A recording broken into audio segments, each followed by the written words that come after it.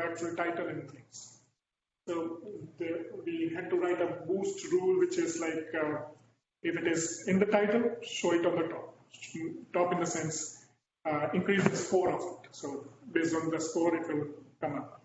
One question. Sure. Can I somehow plug in results from a different data source? Not without a customization. So other thing to mention here is the search query which Sitecore generates focuses on a particular field, which is SXA content field. And SXA content field has values from all the data sources on the particular page. And it searches only for a page, and that page has this computed field SXA content. So if the data source was external, this query will not work. So we'll have to modify it. Yeah, we have to extend that SXA content and include some other content as well.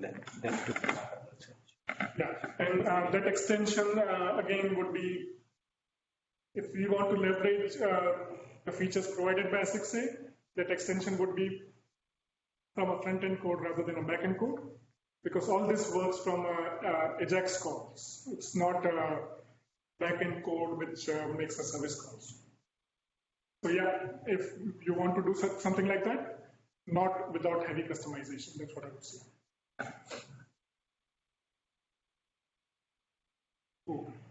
So search facets. So I'm sure everybody who has dealt with search would know about the facet thing, like the normal e-com scenario, a certain price range or a certain type of product. So those are facets. So we can configure all those facet things from within Sitecore, and all it requires is the field name, which is there in this field name.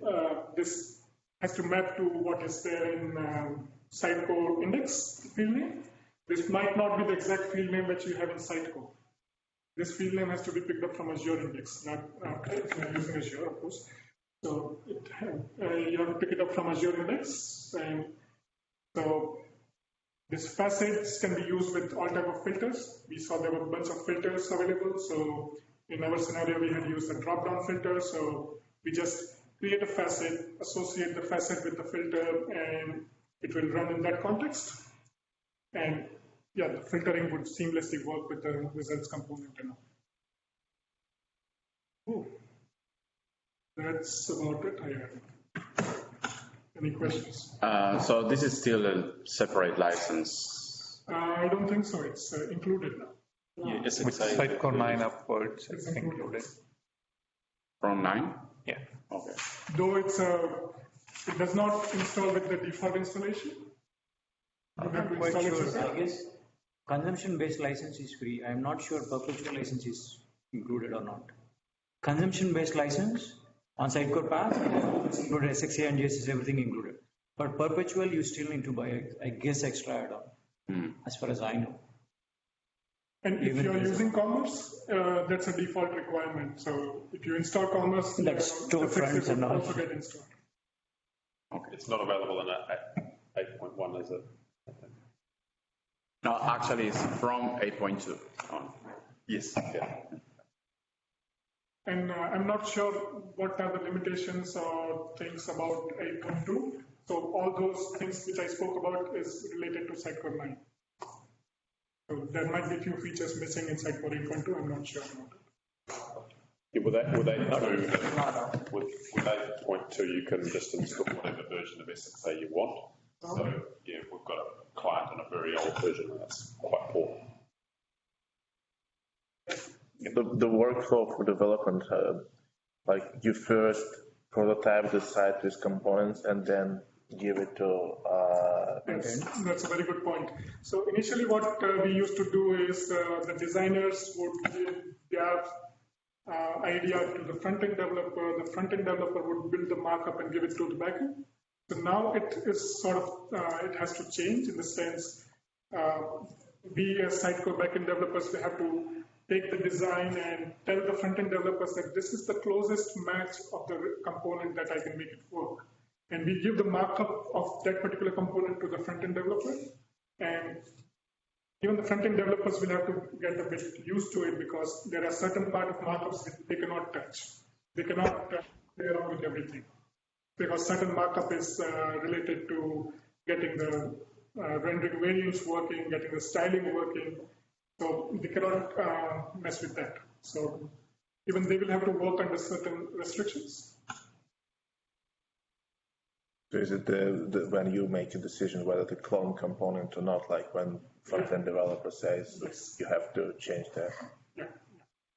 So we make a decision as a backend developer that this is the best fit, and they try to work it out from a front-end point of view, styling in JavaScript or whatever they map it.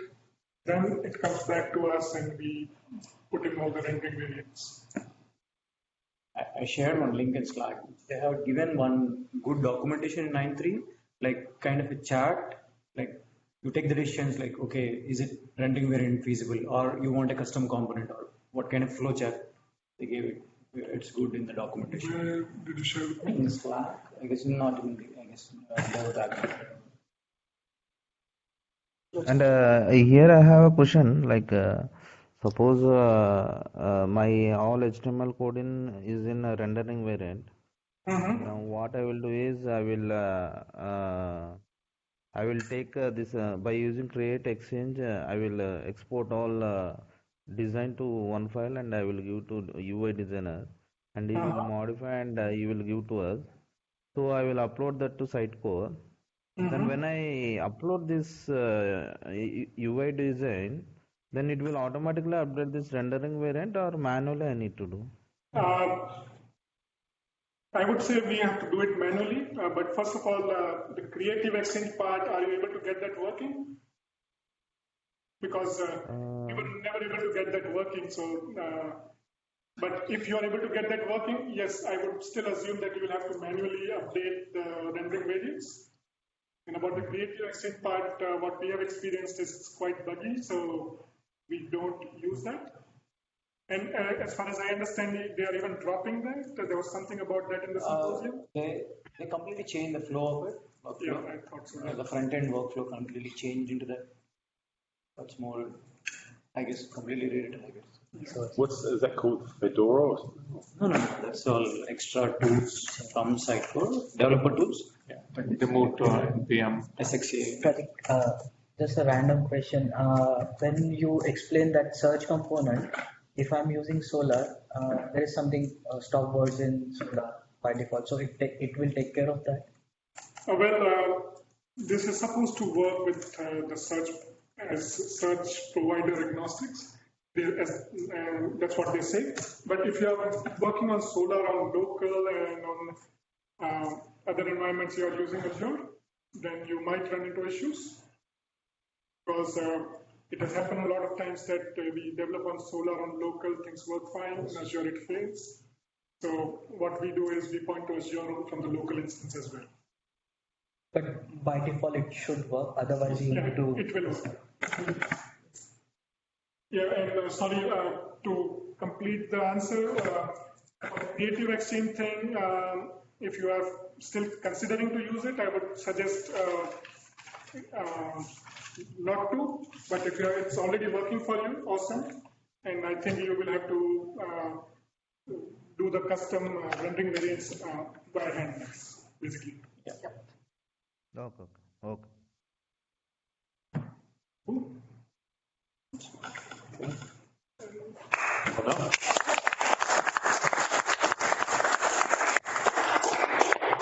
Thank you, Pratik, for the excellent session. So I think I just have in the end to distribute 3 licenses. So shall we just do it now itself and wrap it up? Yeah. That's some video to show. Yeah, I will just share my screen and then probably I might need Praveen's help in typing. Stop sharing. So I'll share the screen. So,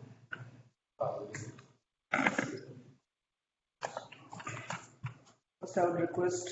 So basically what Praveen is trying to do now is just show us the video of this tool ref debug, what it does and what feature it boasts of.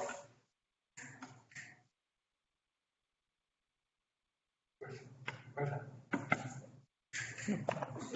I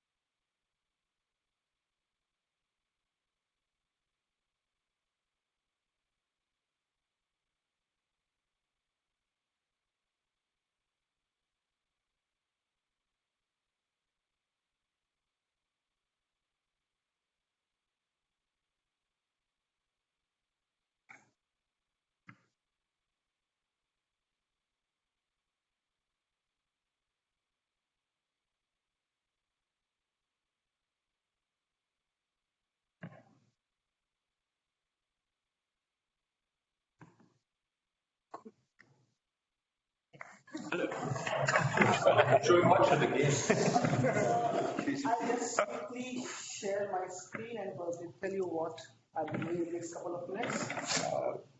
So, where is this? Right. So if I see what they have, so here means what license I have from RevDebug is the test suite license. And basically what I understood, so I just saw this video yesterday, and what in summary I understood it like it's a sort of debugging tool, and the feature it promises, if it really works, it might be very handy to look on the performance issue if we are getting in the test or production environment. I have not tried that out, so yeah, but at least what they are boasting in all these features, and there are also a couple of things like based on if you have certain performance issue logs in test, then you can record that and you can connect your visuals to it. So if it works, it might be really very cool. So whoever is winning these 3 licenses, so in our next user group might share their experience whether it worked or not, and how much valuable it might be for considering. So how would I distribute the license is, what I did was I just downloaded all the guys who have accepted this user group meetup, and I kept in this Excel. Yeah. So, and I have added all the numbers based on the date and time individual have accepted this. So is there any name which is missing in this list? The guys who are in the room, can you please see if your name is available in the list? If not, I can just add in the bottom. Yeah, we have a person with Yeah, my name is missing, Yes. Venugopal. I can't find my name. Is it you, Jack? So, any Jack available in the room? Why not add it? My name is too. Sorry. Yes. Because it's hardly code, right? Okay, let's go ahead. Yeah. Venugopal. So it's Venugopal, right? Yeah, Venugopal. Anyone else? Santanu. Santanu. Anyone else? No, he left already. So I just Saw want him to drop know who off. was available in the room. You're not getting anything. Check who is available. So assume that everyone's name is available in here. Is that you, Jack? I'm not sure. Special characters. Yeah. Okay, so if everyone's name is available here, what I do is I just copy this everything and go to random.org and paste everything. So what happens is that I have all the names here, and the order I have added the name is the order on which individual registered. And then I am handing all this 3 thing to Luke for doing the honors. So, and what I do now is, yeah, so Bruce's name is in the top because he was the first one who accepted the, RSVP. So if you see all this date. Did you create now? Yeah, so what we do is, once I click randomize, That person came, yeah. we still go ahead. So means once I click this randomize, I get everything in that particular order, but this license would be given only to the person who is available for this meetup, online or offline. Is there a Matt Cook there? Oh, so you should confirm me here. Is it there, Matt Cook? You're there, right? No. You should say me, Matt. That's number 20. No, that's fine. Bruce was No, I'm not placing. So if someone is not there, if your name is coming, you will just ignore them. So Matt Cook. Yes. Russian. Yeah. Is the dog in the list? Okay, so Who wants to file? so now everything is there. Yeah. Cool. I just see that. Name is there, just check. Oh my, you should. Okay, I will hold for 2 minutes. You guys check and confirm me. Oh, that's good. Let's just go. It's cool, right? Everyone is there. There's no Pablo here, there's no Bruce. Yeah. So I click randomize, and then the order we get. If a person is not available, we move to the other person. First we will get, right? Yeah. Go. So first is Venu Gopal, who is online. So Venu Gopal, let me know what's your email ID. I can send you license. Yeah, sure.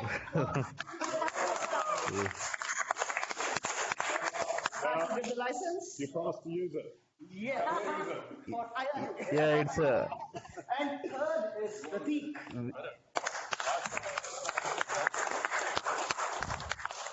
Yep. So Venugopal, if you can just send me somehow your email ID, I can send you a Yeah, license. it's, Soft copy. yeah, sure. V. Venugopal. I don't know if you can just send me over the chat or something. In Blue Yeah, Jeans. sure. Yeah. Cool. So with this, we are done with the session. I would just like to take a moment for a thank you note, probably. So first of all, I would like to thank you, our main organizer, Bruce, even though he was not able to make today's session due to some last-minute conflict, but he has helped throughout from starting organizing the session, different, means checking all stuff and making sure that everything is in place, even not being here. Then I would like to thank all our presenters, Gopi, Pratik from AKQA, Nikhil from Datacom for all the excellent session. Would like to thank you, our sponsors, AKQA and Sitecore, for helping us to organize the event. Thank you to RevDebug for giving us 3 licenses, which we have distributed in the event.